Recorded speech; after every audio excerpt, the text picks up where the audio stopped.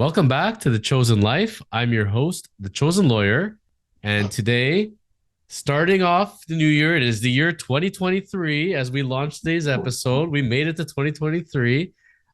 We have a woman known for her Tim Hortons addiction and cups, and in the life and styles of music, pro wrestling, and real estate, Miss Dawn Pappas. Dawn, welcome to The Chosen Life. Thank you so much. Good to be here. Well, we call this the chosen life for a reason. The idea being is that everybody is living their chosen life or wants to live the chosen life. And when I got introduced to you through my partner, David Corman, we're all in the real estate world, you being in the world of the real estate agency, I believe concierge at Center 21 Leading Edge. Concierge slash Swiss Army knife. Concierge slash Swiss Army knife in the world of real estate. And as David got to know you, he found out that you had a previous life or lives in the world of music as well as wrestling. And he said, I know a guy you got to speak to immediately. David calls me up, gives me the synopsis. I go and read your bio on LinkedIn. I said, we need this woman immediately. So thank you. I'm great fun at cocktail parties, apparently.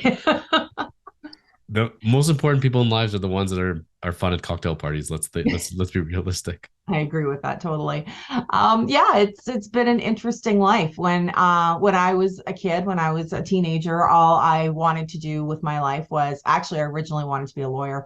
Funny enough, but I was a music junkie and all I wanted to do was work in the music industry. And I didn't know how, I didn't know what, I didn't know anything. I can't sing, I don't play an instrument, not well enough to get signed anyway. I just wanted to work in the music industry. And luckily enough, my very first job outside of school was working for an organization that was then called CAPAC. It's now known as SOCAN, which is a performing rights organization for Canada. And from there, a couple of years later, I fell into an entry-level job at then CBS Records, now Sony BMG. It's been through a few iterations. And I literally started working as an order desk clerk. And I worked my way up. And I stayed in music for over 20 years. Stayed with Sony for 6 years. Left Sony as an A&R rep.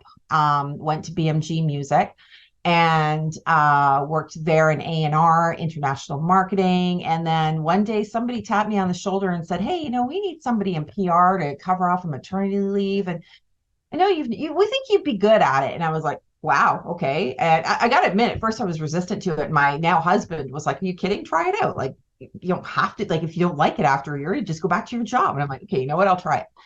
And 3 months in, I was like, this is like what I was meant to do. And then I had probably the most amazing 15 years of my life after that, doing PR with just about every single major music artist of the 90s and 2000s that you can think of. And when that came to an end, BMG was sort of preparing to merge with Sony, and there were layoffs, and I got caught up in that.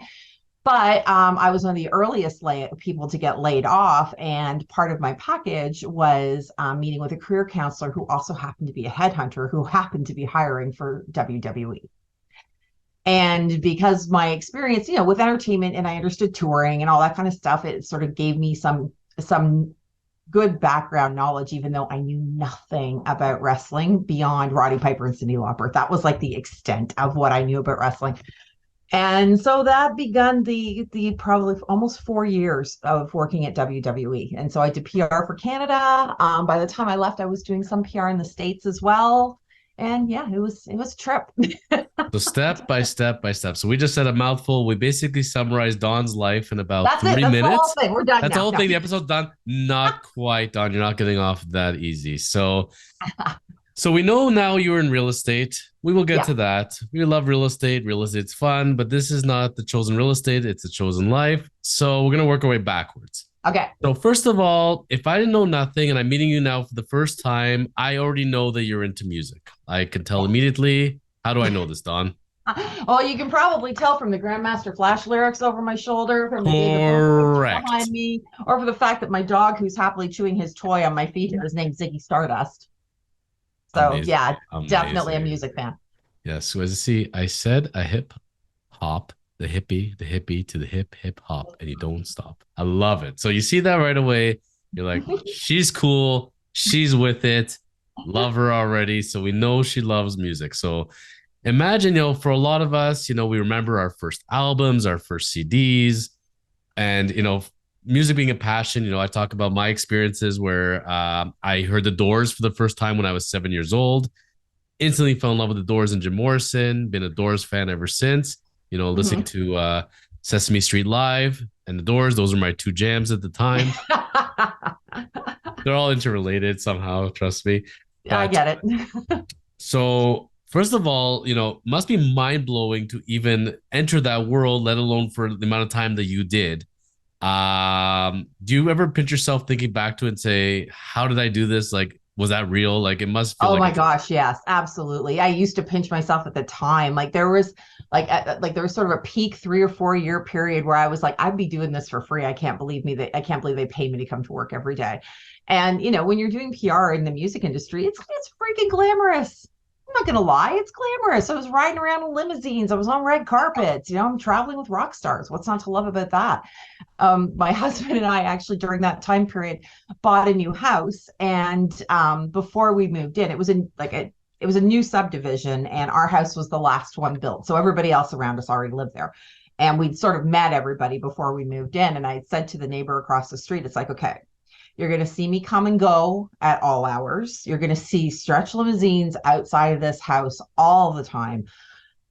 I'm a publicist. So whatever else you might be thinking that is going on here, it's not. I'm just a publicist because like there'd be nights I'd get home at 3 o'clock in the morning and I'd be out again at 6 a.m. to do a morning show, to do a morning TV show. The hours are brutal, but freaking loved every minute of it. Absolutely loved every minute of it. Well, before coming to WWE, which is going to be a big focal point, because as you've known, I'm a big wrestling buff. I have a separate docu-series with Mark Bagwell called Real Mark Bagwell. We talk about wrestling and life. I have also a baseball one, but wrestling is very near and dear to my heart. So we're going to get to wrestling, I promise. But, you Okay. know, I can understand the relationship of wrestling and music as far as rock stars and coming out and the whole theme of it for sure. So media and artist relations, and I noticed it escorted BMG artists to all media and public appearances, Mm-hmm. planning and executing press conferences. So, did your husband? Did he have a lot of sleepless nights, saying, "Man, I hope this marriage is secure here because she's You around know a lot what? of rock No, and I'll stars." tell you why. My husband's a musician, actually. Oh, So my husband's a musician. When I first met him, he was touring a lot too. So, is it John um, Fogerty? no, Okay. it's John Pappas. But yeah, so he's a musician. He always got it. And I mean, I'm not going to lie. I'm not going to say that before I met him, it wasn't an issue in some other relationships. But no, he was always totally fine with it. And I'm totally fine with the nights when he's out until 3 o'clock in the morning playing too. I'm not like, oh my God, where is he? He has to get home right now. Now he gets it. He trusts me, and we're all good.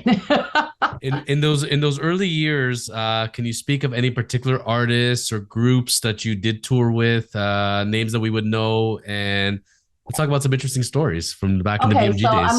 I'm looking at my walls in my office, which unfortunately you can't see, but I have some of my like this was back in the days before digital photography. So, we often had a photographer around who would take pictures and we get 8x10s blown up and I got them mounted. So I have a bunch of them up in my room, So there in is my a office. Don Pappas Wall of Fame There over there. is a Don Pappas Wall of Fame. I'm Love looking it. at it right now and I see Christina Aguilera Heard of her. and I see Pink and I see Deborah Cox and I see Monica, R&B singer Monica. I see Alice in Chains. I see Motley Crue. I see Nsync. Who else have I got up here today? Canadian country band Prairie Oyster. Um, okay, this is funny because I worked for BMG when I was doing PR for the earlier part of my career, and BMG at that point in time owned boy bands. We owned all the boy bands and most of the girl bands.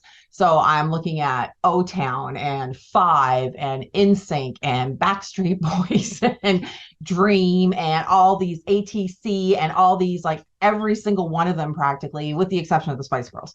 Who else have I got off my wall here? Burton Cummings, Canadian hip hop band called the Rascals. Let's see, Santana. Okay, now I'm going off memory. Who else did I work with? Nickelback, Katy Perry. Um, there's been so many, honestly. Bunch of country artists, Julian Austin, Rodney Foster, Clint Black, Alan Jackson, Travis, no, not Travis Tritt. What's his name? What's his name? Really tall guy with the deep voice who's on the Tunnel for Towers commercials. It'll come back to me. Trace Adkins, that's it. Trace Adkins, who actually, he couldn't get into the country because he had guns on his tour bus. He couldn't understand why he couldn't come into Canada with guns on his tour bus. But yeah. There's two words you did say originally in one of the first few, and you said Motley Crue. So yeah, Motley Crue. Go. Motley Crue. Go. Motley Crue was kind of with BMG at sort of a lower point in their career. I can't even remember what the album was. It might have been a greatest hits album. And so my boss and I were both working on Motley Crue together, and mostly because everybody wanted to talk to them. There was a lot of stuff to do in the 2 or 3 days that they were in town. And so at one point, we had the guys all set up to do phoners. So like phone interviews, right? And some artists, you got to sit there and dial the phone and stay on the line with them. But these guys are pros. They've been doing it for years. And Vince Neil was like, yeah, just give me the list. I'll do it. And I'm like, okay, fine, no problem. He's like, where can I go? I'm like, my office. Here you go. Make yourself at home. So I put him in my office. I close the door and I leave him in there for like an hour and a half to do phoners, right? I come back an hour and a half later. He goes off to do something else. And I sit down at my desk and I hit enter. And oh my God, the stuff that came up on my screen.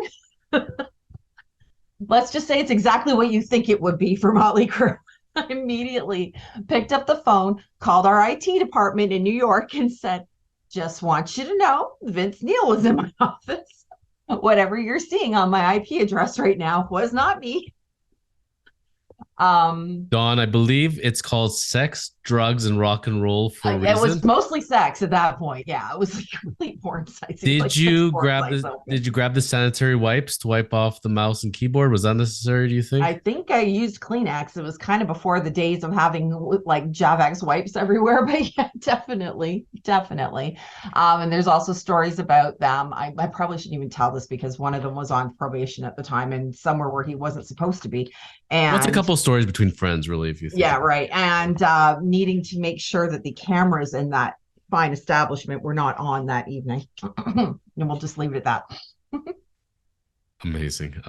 And Christina Aguilera, was this during the Dirty tour? Oh my gosh, right from the very beginning. We first met her when she came up to Canada to do like they were doing sort of little junkets, just sort of introducing her to the company around the world because they knew that they had such a superstar talent here and like wanted to sort of get everybody's buy-in to make her a priority right from the very beginning.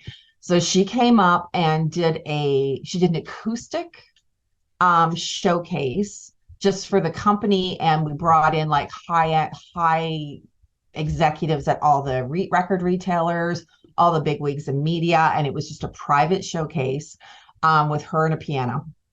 And and she's tiny. She's only like this big. She's tiny. Yeah. And she was only, I think, 16 at the time. She's this little slip of a girl with this voice that was still one of the best voices I've ever heard in my life.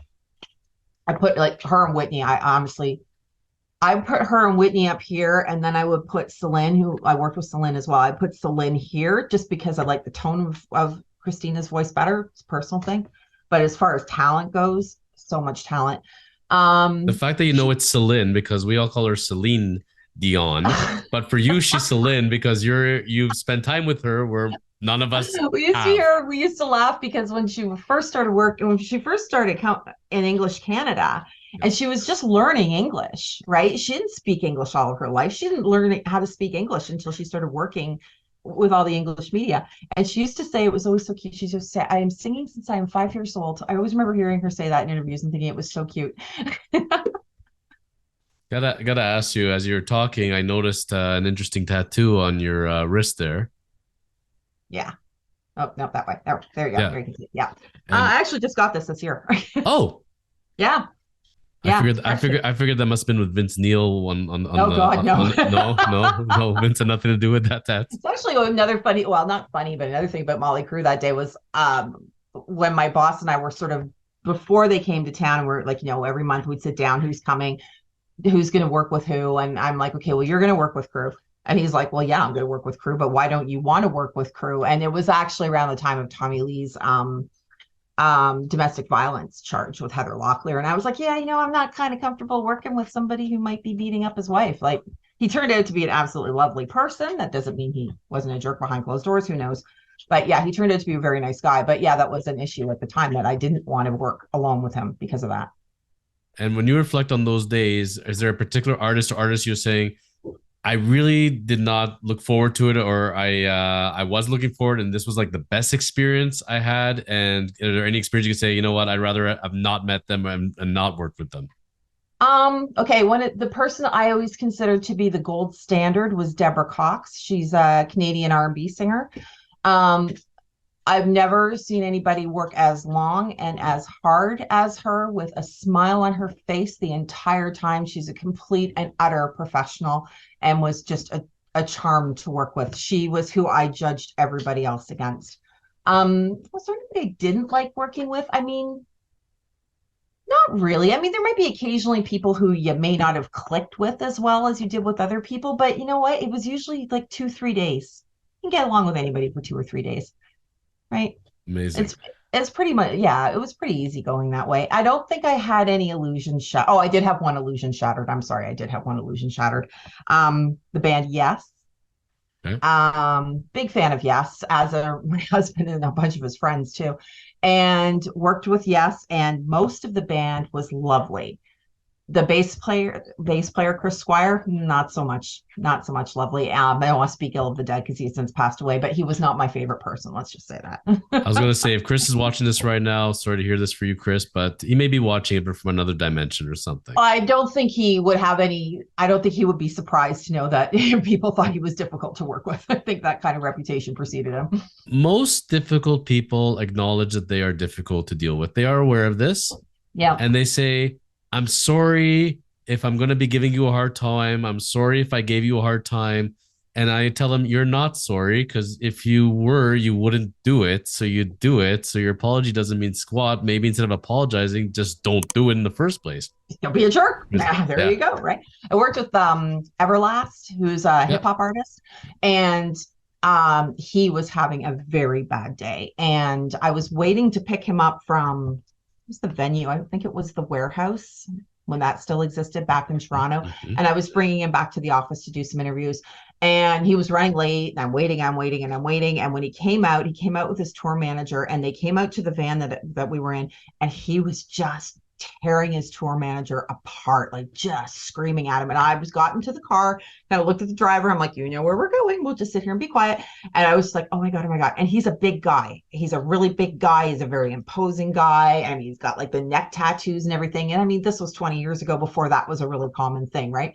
And I was a little intimidated, I'm not going to lie. And so we got to the office. I got him into the boardroom where he was going to be working. I had some lunch in there for him and everything. And I'm like, okay, you do what you got to do. Let me know when you're ready to start. And by this point, we're like hours behind schedule. So luckily, most media outlets, most guys and girls were really easygoing. Usually people weren't on tight deadlines when you're dealing with like print or radio, when they're coming out to you like that and they're pre-recording. Right. So I was like, guys, go down the street, grab a beer, grab some lunch downstairs in the pub, whatever. Just like, let's just let him chill out right now. Yeah. And so then when he was ready to get started, lets me know, and I bring everybody back up. And to his credit, he actually brought me into the room privately and said, I'm sorry. It's like, I'm having a really rough day. There's a lot of crap going on behind the scenes. You should not have seen any of that. It was completely unprofessional. I'm really sorry. And I was like, you know what? I appreciate that. Thank you. And I get it. Being on the road sucks. Being on the road is hard. It's hard. And when you lose it, you're going to snap completely. And I completely understand. And I thank you for, putting together fixing whatever you needed to fix in the back to come out here and do this work with us today. You could have blown off this whole press day and you didn't. And I thank you for that. So it turned out to be a really good day and a good experience.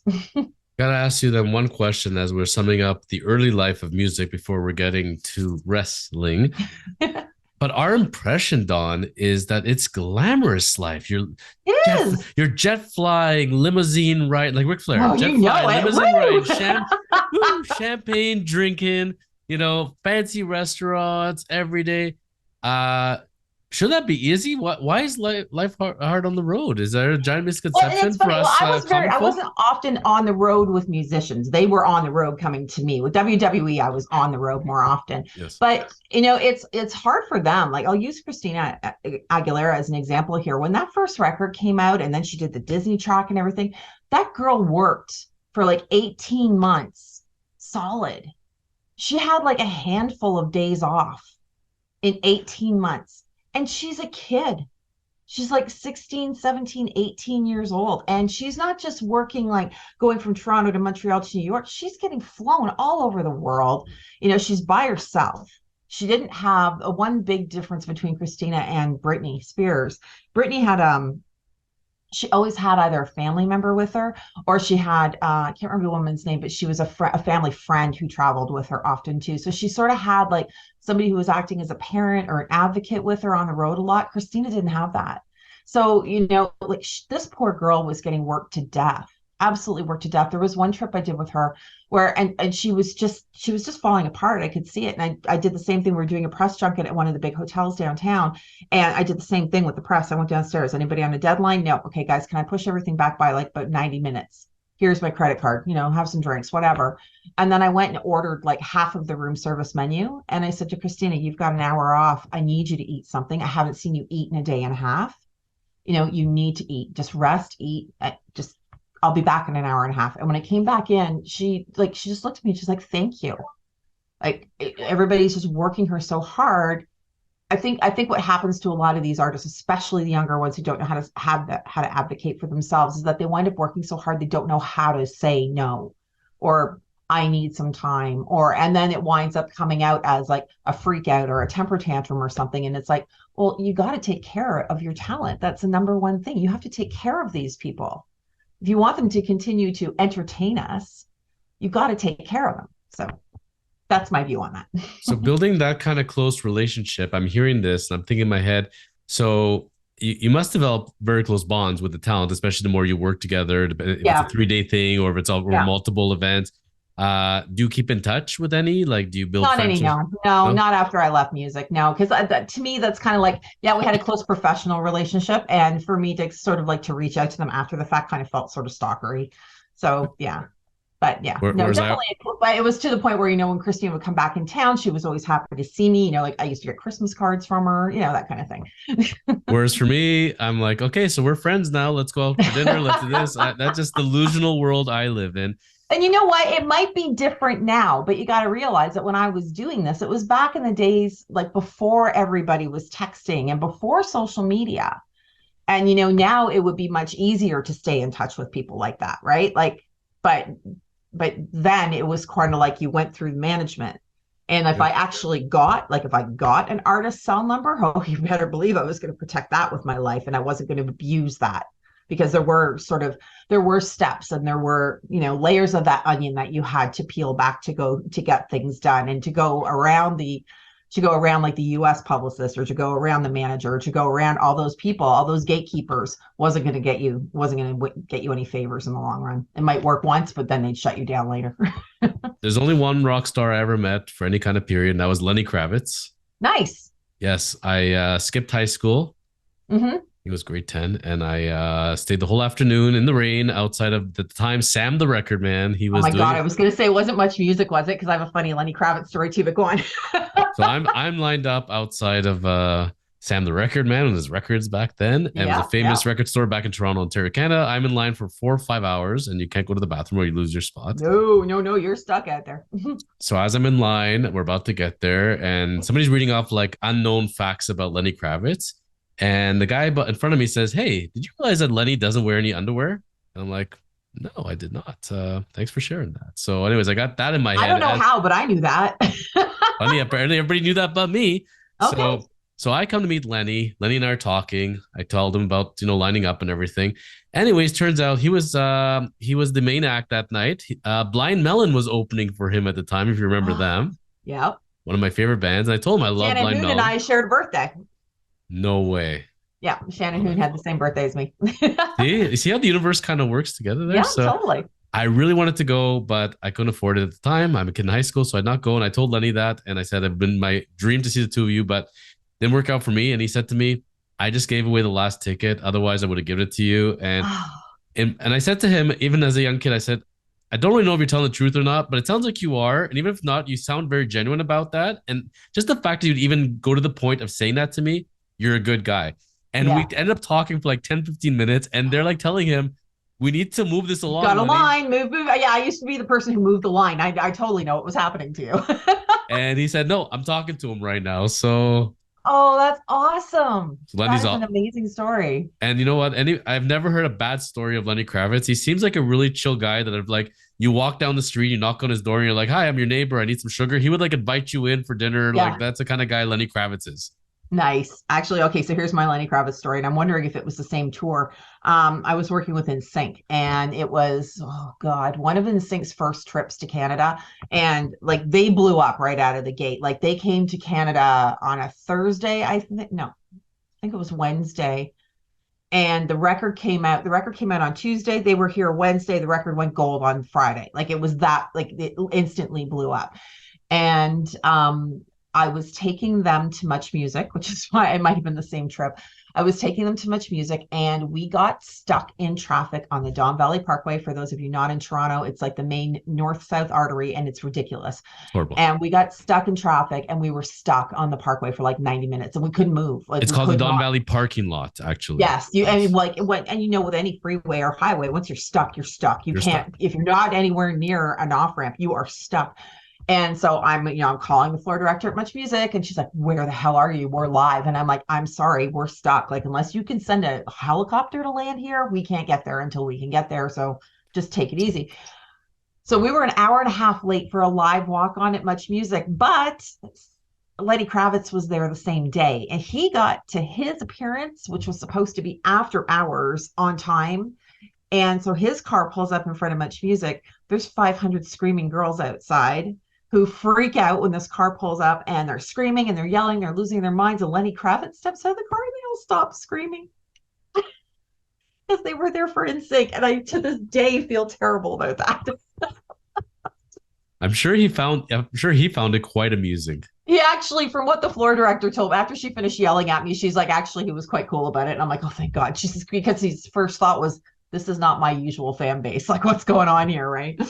But yeah. Then I gotta ask you with the boy bands and girl bands, because I have one favorite boy band. I will admit it. Back in the day, I want to know if you did work with them. Soul Decision. Oh, you know what? I didn't, but Soul Decision Faded is freaking awesome. Amazing. Faded is one of the top 10 pop songs that's been written in this country, as far as I'm concerned. They're a national Soul Decision treasure. actually killed me though, because I was working with a band called McMaster and James for about 6 months leading. Thank you. Leading up to that, working my butt off with McMaster and James, and any traction we were starting to get. It sounds like a whiskey company. I know, but we were starting to get traction with them, and then Soul Decision just wiped us off the map. Soul Decision. So that was a great song. They, you know what, and they should still keep going, but life takes their directions. As your life took its direction, because you're jet flying with Motley Crue and Christina and Celine, and knock on the door. Who's there? It's the world of professional wrestling, and Roddy Piper and Cyndi Lauper, and you're like, all right, I'll jump in there. So, how did you enjoy the circus and the male soap opera that is known as professional wrestling? I got to tell you, circus is a very accurate description, both on and off camera. It was weird. It was so weird. And I started working there in February. And the very first day I was there, I was supposed to go out for dinner with, I can't even remember who it was, but there was a wrestler in town that day. And we were taking him out for dinner with like some bigwig from Rogers or something like that. And there was a snowstorm, and it was just like the most surreal day. It's like, there was the kind of like, it was like today, for those of you who don't know, we're taping this in December in the midst of the storm of the century, right? It's 2023, Dawn. Oh, sorry. Go back in time. Fine. It's actually almost Christmas Eve, and it is snowing, I guess. Yeah. And it is. We tried to fool them. We're not fooling anybody. All right. But it was like, okay, what the heck am I doing? Why am I here at this dinner? I don't even know any of these people, right? Like, okay. I started working there in February, and The WrestleMania year is is always 2004, I believe. yeah, Sears Yes. 2004. Yeah. Yes. And so WrestleMania is always like the beginning of March, right? WrestleMania, ironically, is always or used to always be the same night as the Juno Awards, which I mean, I was always working the Juno Awards. Which no wrestling fan ever knew. The Juno Awards is the Canadian equivalent of the Grammy Awards. Yes. Yeah. Very So, big deal. our international viewers that are watching this right now all over the world, including the United States, are saying, "What the heck's a Juno?" It's a Yeah. Grammy in Canada. It's a Grammy in Canada for It's like sure. kilometers and miles. It's also the reason why when I went to WWE and they were complaining about the fact that they never got great coverage for the WrestleMania, and I looked at the calendar and I said, well, because it's the same night as the Juno Awards, which is kind of a big deal in Canada. That's why you're never getting that great medium coverage. Was it WWF at the time, or was no, it? It was E when I started there. It was I think, a couple of years after the whole Get the F Out. They already got the F out? Yeah. Okay, so now they Which, by the way, is a great marketing campaign. Well, it's amazing when you go back into the folklore because Vince McMahon Sr., had WWWF. Yep. Vince Jr. shorts it to WWF. The World Wildlife Fund is not really thrilled with this. No, don't know how anybody can make that misconception.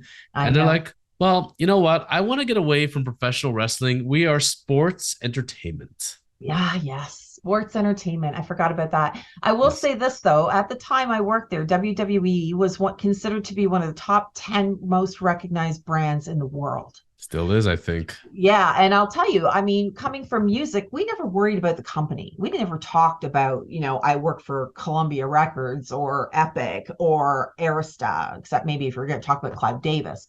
We didn't talk about the label. We talked about the artist, right? So that was kind of a switch for me to have to learn to talk about the company, have to learn to talk about Raw and SmackDown and trademark protection and all those kinds of things. So that was a bit of a learning curve for me. But so I start in February. I kind of get thrown right into getting prepped for WrestleMania. The very first show I ever attended was WrestleMania 20 at Madison Square Garden. And I remember, you'll love this. I remember sitting there in the afternoon watching some of the sound checks and watching Undertaker was coming back. He was returning from the dead. And I remember sitting there watching them block out and rehearse Undertaker's entrance by myself up in the cheap seats in MSG, thinking to myself, wow, there are people who would give their right arms to be sitting here watching this right I would now. give a kidney for that, Dawn. Yeah. It was kind of a cool my moment. Lord. And to understand the Mecca of Madison Square Garden. Well, yeah, like talk about that being my Mecca. first show. WrestleMania 20 at MSG. Like that's kind of big. I grabbed my son, I grabbed my nephew. This was a few years back, maybe around 2019, I believe, if I'm not mistaken. And I said, guys, we're gonna go to Madison Square Garden and we are going to watch professional boxing.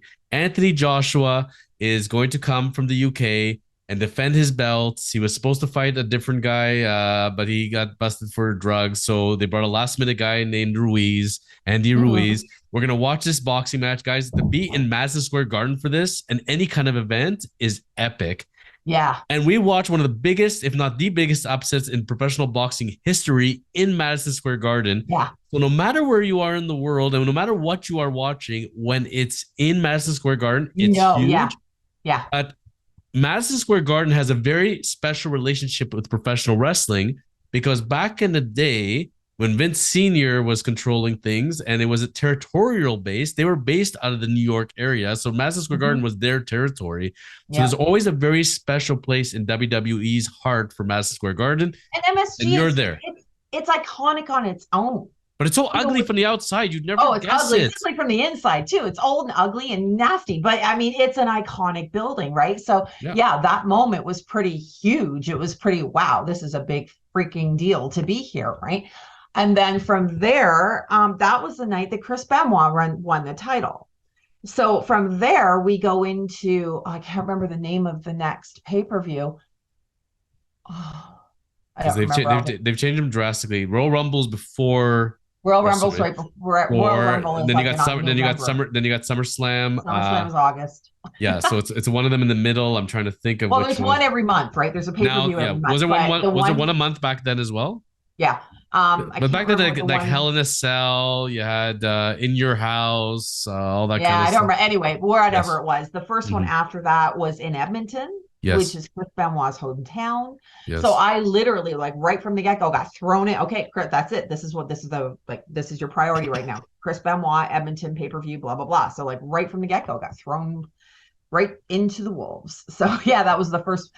Madison Square Garden WrestleMania was the first pay-per-view I went to. We didn't really do much there because I didn't really, I was kind of learning the ropes and everything. But yeah, the first one in Edmonton was the first one that was kind of like my show to run. Yeah, So for I wouldn't PR. be doing my job if I didn't ask you, just because he is who he is and wrestling is what it is. So in the news right now, there's talk that, I don't know how much you've been following or not, but Vince McMahon obviously had his retirement, or he stepped away. It was his Mm-hmm. time. Mm-hmm. There's other things that going along with there, things in the news as far as what he's done or hasn't done or alleged to be done. But Vince never had that kind of a stellar reputation. Anyways, but there's talk now. Vince is saying, "Hey, I think everything's blown over. I think I should come back." And wrestling fans are up in arms. They're saying, "Please stop killing our product." Triple H, his son-in-law, Hunter Hearst Helmsley, Paul He's Levesque, awesome. He's awesome. everybody says he's awesome. He's the one who helped create NXT. And wrestling is now in its new golden age, Dawn, because since Triple Mm-hmm. H has taken over, since Vince has left, the product has been much better. A lot of people have been rehired, rebranded. We are all loving life as wrestling fans. And Vince comes in and says, "You know what? I think I'm going to put the kibosh because that's who I am." So I got to ask you, what is Vince really like behind clothes? Vince is like exactly what you think Vince is like. Is he the Mr. McMahon character?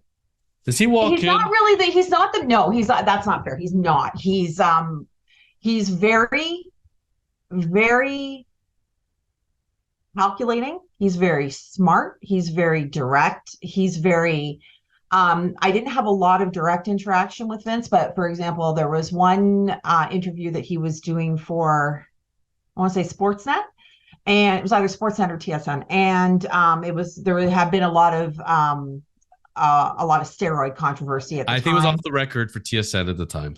I'm pretty Uh, sure. I yeah, remember he it did one of probably those. was. Yeah. It was. You're right. You're absolutely right. It was. And I was in the green room with him before the interview, and I said, "Okay, I have the list of questions." And he said, "Put it away." I said, "You sure?" And he's like, "Yeah." I said, "Brett, steroids?" It's like, "Nope, put it away." I'm like, "Okay."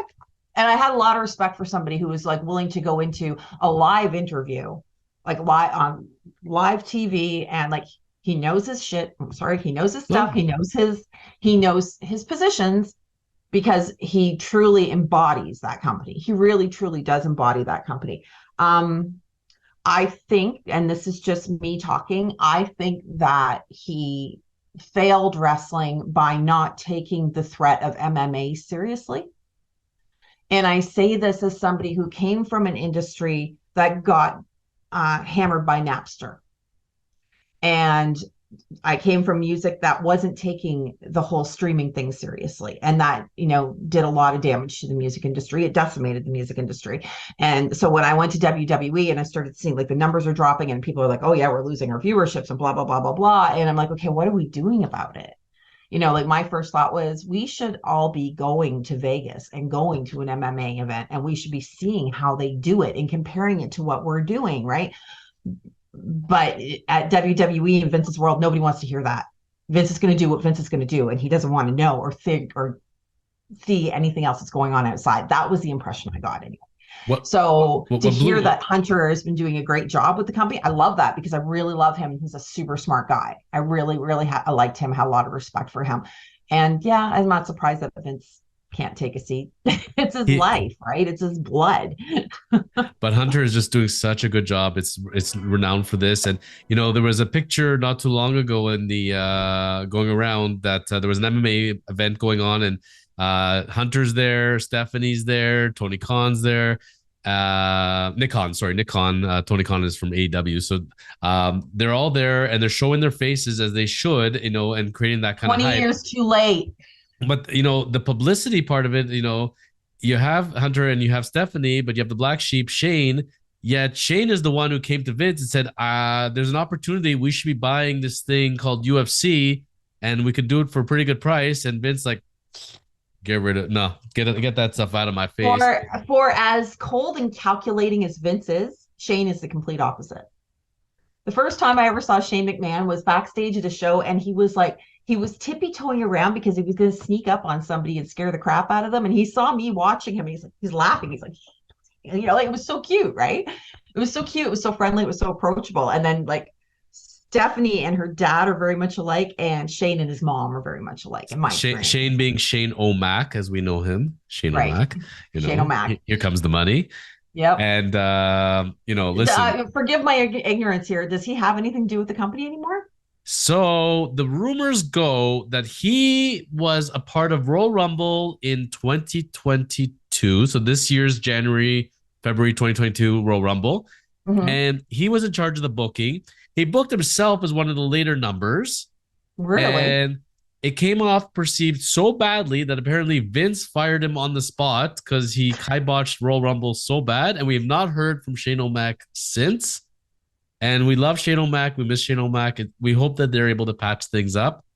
One gimmick I did love from Royal Rumble, or is it Royal Rumble, where they do the Money in the Bank match? Money in the Bank is Money in the Bank. Yeah. Yeah, I love that. I love that Money in the Bank match. They started that, I think, when I was working there, and I really liked that gimmick a lot. And that was the other thing about wrestling, was that wrestling is a whole different language, right? It's a whole different thing. And people are talking, I'm like, I don't know what people are talking about half the time. So one of the things I did was I made friends with a lot of the guys who cover wrestling. So I found it, built that network of wrestling reporters and stuff like that. And if they were local, if they were in Toronto, I'd like, hey, can I take you out for dinner? Can I buy you a beer? And just like, what book should I read? How do I learn all this? Like, what do I do? How do I figure this out? Right. And that's what I did. So because I needed to learn and understand the business, because don't forget, it also has its own language too, right? 1,000%. And we're talking about Vince McMahon and talk about his follies. I think it was a genius that he was able to go scoop up WCW at the time, which was their biggest competitor, almost knocked them out. But what I don't like, I give the example of, let's say somebody that they don't like their neighbors. So they buy their neighbor's house and then they burn down the house just to spite them. Yeah. If Vince would have kept WCW going, like as its sister company with a competitor, I think it would have been the smartest thing. He wanted to bury it just to spite them in the face, but you had a lottery ticket. Why would you burn that down? You already had separate brands. You could have kept it. Like, you already had Raw. You already had SmackDown. And then what was the other one? What was the one they launched when I was there? Oh, shoot. I don't think it's around anymore. The hardcore one. Wait, ECW? Yes, ECW. Yeah, that was another one that was a failed operation. WWE buys them out, and then they eradicate it. Well, they kind of had it for a little while. We did run ECW separately for a little while, but it never got the attention. I mean, granted, I don't know if it would have had the same commercial success anyway, just because of the nature of the product, but I never really felt like it got the shot that it deserved. But yeah, to your point, we already had brands, right? There's already brands. They did bring Eric Bischoff back when I was working there, though. Because I did a media tour with Eric Bischoff. That was actually a lot of fun. And brought him back and fired him again just to keep showing this. So Eric now is doing podcasting and he's off into his own safe little world. Paul Heyman is the man who had created ECW. Yeah. He went under. Paul Heyman is around. He is now the special counsel to the tribal chief, Roman Reigns, the head of the table, the undisputed heavyweight champion of the world, the head of the bloodline. And Paul Heyman is a genius on the mic. He brought Brock Lesnar to his glory. Yeah, he was a genius on the mic. For sure he was. Yeah. And in person, is Paul Heyman the same way as when you see him on TV? I only met him a couple of times at WrestleMania events, because every year at WrestleMania, the whole company comes to WrestleMania. Everybody on the roster comes to WrestleMania. And most of the employees, like I'd say probably 80% of the company's employees, come to WrestleMania as well. So a lot of people and I mean, I got to meet a lot of the talent by the nature of what my role was within the company. But a lot of the guys, like, maybe the sales guys and stuff, they didn't necessarily get to meet a lot of the talent. So it was a really good opportunity for them to meet everybody as well. So yeah, I met Paul Heyman a couple of times at WrestleMania. And was it Heyman who was good friends with Billy Corgan from the Smashing Pumpkins? I wouldn't be surprised if Billy Corgan ended up. Because Billy Corgan was always there, and I think he was there as Heyman's guest. Yeah. Because Billy Corgan ended up going and purchasing the NWA. So the Smashing Pumpkins, Billy Corgan, who was a giant wrestling fan, working with Impact TNA at the time as a writer, goes and purchases the NWA, which is a known brand but was not doing much, and he's been running that for several years. Really? And under YouTube, mostly that's where they show their product. It's like a old school, old feel, little studio tapings. And him and his greatest star, Nick Aldis, they just had a giant blowout. Nick is now a free agent. There's a whole bunch of stuff going on there. Billy Corgan is very much in the world of wrestling. He's running his own wrestling organization. And a big shout out to Billy if he's listening to this. Oh, there you go. Fun. That's so much fun. Yeah, the whole soap opera part of it was always interesting. The best part. So if we're gonna say the world of music and we say Motley Crue, right? Right. If we're gonna take the world of wrestling and we're gonna say what's the equivalent of Motley Crue, it's got to be the nature boy, Ric Flair. Yeah, probably. Yeah. So yeah, I loved Rick. I had a great, I worked with Rick a couple of times. I had him in Toronto for, I think it was like a 2 or 3 day promo trip. We got on like a house on fire. We just hit it off immediately. Actually, when I left the company, I moved a few months after I left the company, and I only kept 2 pieces of WWE memorabilia from my time there. One of them was Ric Flair's book.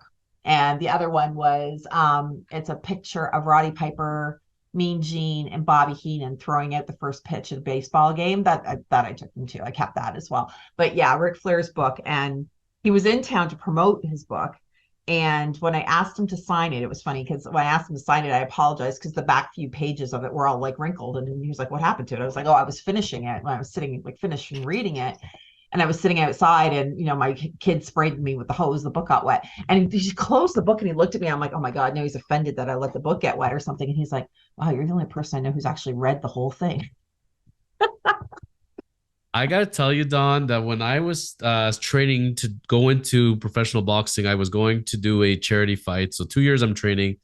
Did not end up doing that, going to bodybuilding instead because it's a lot safer than boxing was. Yeah. While I'm on the treadmill, I'm supposed to be watching boxing matches and kind of picking up pieces. I like watching Ric Flair rants and watching Ric Flair taping his rants. And I don't know if there's ever been and there will ever be another speaker like Ric Flair. The stuff that he comes up with on the fly, he is the best. And the one rant, which there's on YouTube, which was hilarious to watch. So it's a whole compilation of rants, right? So they would pick the different topics and then they would show the rants in sequence. So for example, he talked about his watch. Jonathan, they're called promos, not rants.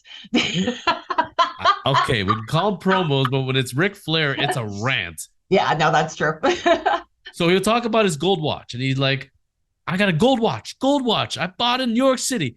It's 10,000, 8,000, 15,000. Like you can see all those things. And then he's like, another one about his house. I got the biggest house on the biggest mountain, on the biggest side of town. $1 million, $2 million, $3 million. And all the numbers, and everything that he talks about his Crocs, talks about his suits, custom made suits, talks about jet flying.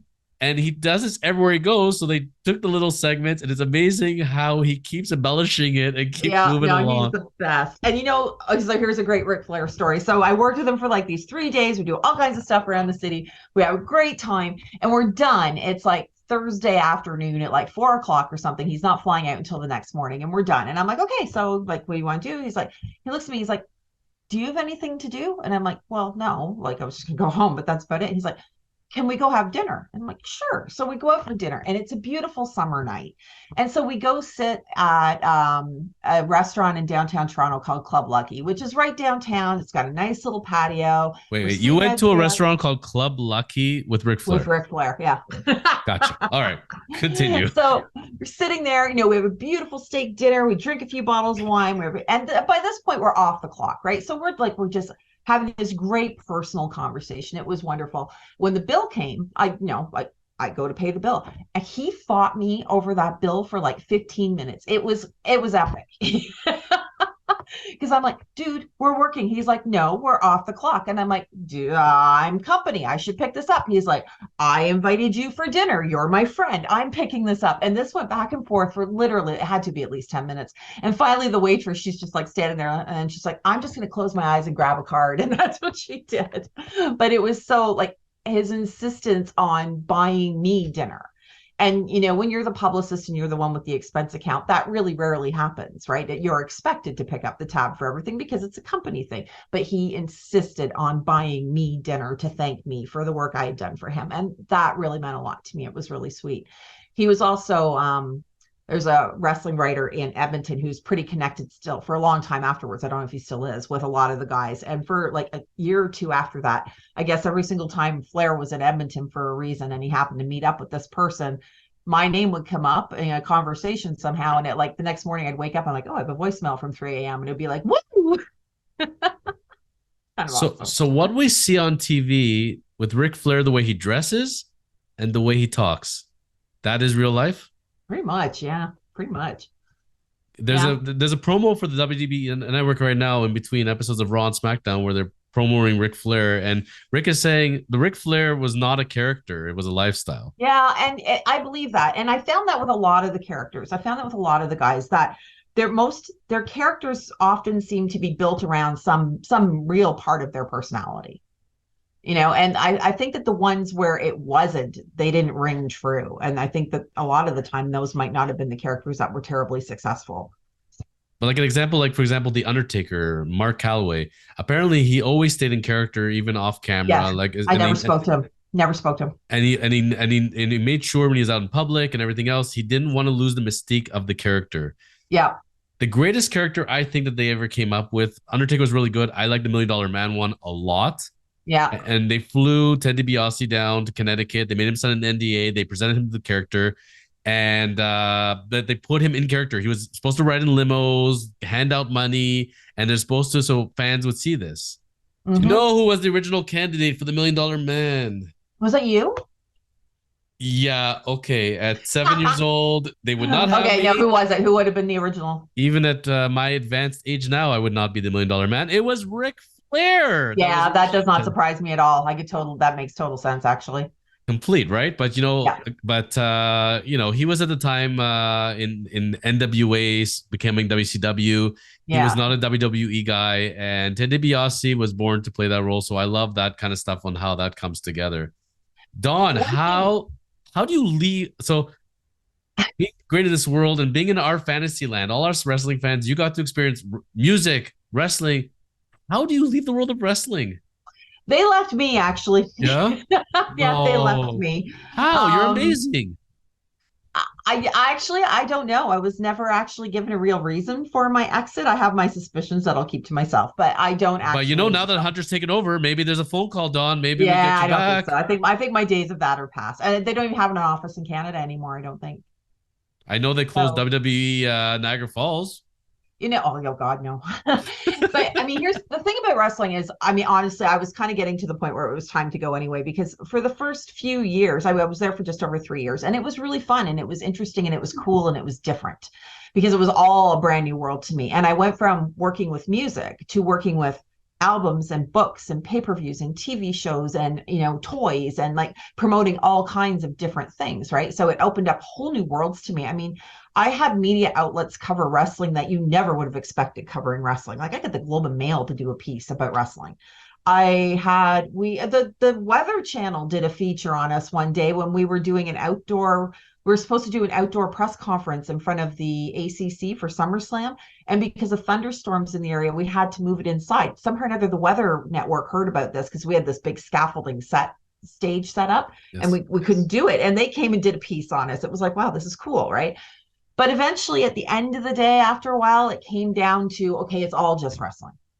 And I sort of had tapped the well as much as I could. And that's not to say that there weren't people who regularly covered wrestling who were amazing people. There's an amazing network of media outlets in this country, writers and TV guys and podcasts. Well, then they were just radio shows. Now they'd be podcasters who all loved wrestling. But it got to the point where it was like, okay, I don't know what else I can do with this anyway. And it was just time to go. There as much fun as it was, there were a lot of politics in the company, and it was sort of like, I think it's time for me to move on. They were wanting me to do a lot more things that I wasn't really interested in doing. Like they were doing a lot of global expansion, and I wasn't interested in being part of that. So just different things that it was time for me to go. You never had that inkling to go to the performance center and grab a pair of tights and try your hand at it? No, no. Although I did walk into a door in a hotel room once in Anaheim when I was down there for a show and had a big black eye the whole week I was there. And everybody was like, oh, Dawn took a bump. I'm like, yeah, Dawn took a bump. All right. Off the door. The So I door. gotta ask you now, when you look at your life journey and your chosen life, and sitting now in real estate, after experiencing Ric Flair and experiencing Motley Crue and Celine and Katy Perry, working with David Corman, the chosen lawyers, working with realtors, working with purchasers and sellers of real estate, are we anywhere close? It's funny because when I first started working in real estate, there was a couple of girls at the company who were like, we got to watch out for some of the egos around here. And I'm like, really? I've had Vince McMahon yell at me. Okay. I've like worked with Puff Daddy. Like, seriously? No, you don't know egos. Correct. Not even close in the world of real Not estate. even close. Vince did yell at me one night. Vince yelled at me. We were doing a red carpet event in Anaheim and we were running behind schedule. And when he got out of his car, he yelled at me. And I don't think Vince knew me from a hole in the wall, but I was the person who was in front of him wearing a WWE badge. So he just kind of like went off about why are we behind schedule and blah, and this is unacceptable and blah, blah, blah, blah, blah. And I was like, okay, Vince, your first interview is here. I just like completely redirected him into what he needed to be doing. And all night, people from the American company were like, oh my God, he yelled at you. Were you okay? And I'm like, yeah, he just yelled at me. It's fine. He didn't fire me or anything. I'm good. It's fine. Right? He's the kind of person I understood that when he took meetings, that's the folklore of him. You got 30 seconds if you're lucky. He's like, okay, I don't know you. I don't Yeah. know what you want. 30 seconds, go. And then he cut you off right at the 30-second mark, and that's it. Now you're not Get getting to the another chance point. with the guy. Yeah. Yeah, exactly. And And like I said, I would bet my life on this. He wasn't mad at me. It wasn't my personal Don's fault that we were running behind schedule. He just needed to vent this out before he went and spoke to a camera, because right? Dawn, He needed, Dawn, we live in Vince McMahon's world. yeah, That's why, exactly. because it's Vince McMahon's world. We're just lucky enough to be there. That's what he thinks in Exactly. his mind, for sure. And Vince, if you're hearing this, please do not come back. You did a lot for wrestling with ruthless aggression and everything else, but let Paul Levesque please Let continue your to direct. legend live. Just let your Please. legend be. Yeah. And Yeah, for sure. Paul, if you're listening, talk to Dawn. Maybe part time she'll want to come back, and maybe she wants to keep the fun times going with Ric Flair in wrestling. So, but in all seriousness, in real estate now, so at Century 21 now, it's been 6 years Six plus. years. Yeah, 6 years. Yeah. Dawn, seriously, like you're when you're in a thing, you're in a thing. That's it. I'm a Like, thing. Yeah, I don't jump yeah, around. I'm in the thing. I stay with the thing. Yeah, for sure. yeah, I took a couple of years. Well, after wrestling, I went back to music and so I was with EMI Music for a few years. right. And then after that, EMI was sold to Universal Music. And after that, I kind of took some time off and just sort of tried to figure out what I wanted to do with the rest of my life. I was in my mid 40s. By this point, I had two children, two children married. I live in the suburbs. And it's like, okay, I don't want to do the late nights and the traveling and all that anymore because it's exhausting, right? It's a lot, especially like WWE. I was never home for more than 2 weeks at a time. Like I asked in the interview, is there a lot of traveling? Yeah, there's a bit. Yeah, I was gone all the time. And it gets to be a lot. So I sat back and thought, what do I want to do with the rest of my life? What are things that I'm interested in? And I was always interested in real estate, but I didn't want to be a real estate agent. I was like, okay, it's a big industry. There's got to be other things I can do in this industry. So I reached out to the 400 real estate agent friends I actually already had on Facebook and said, what can I do? And a few of them came back and recommended that I speak to somebody who works at Century 21 Leading Edge, which I did. And he actually hired me to work at the front desk of one of the offices. And I mean, easy peasy work, close to home. I like good hours. I can wear nice clothes. It's close to home, a variety of people, a new challenge, new things to learn. And after I've been doing that for a few months, our broker of record, okay, let me back up a little bit. The brokerage that I work for is actually the biggest Century 21 Canada brokerage, or Century 21 brokerage in Canada.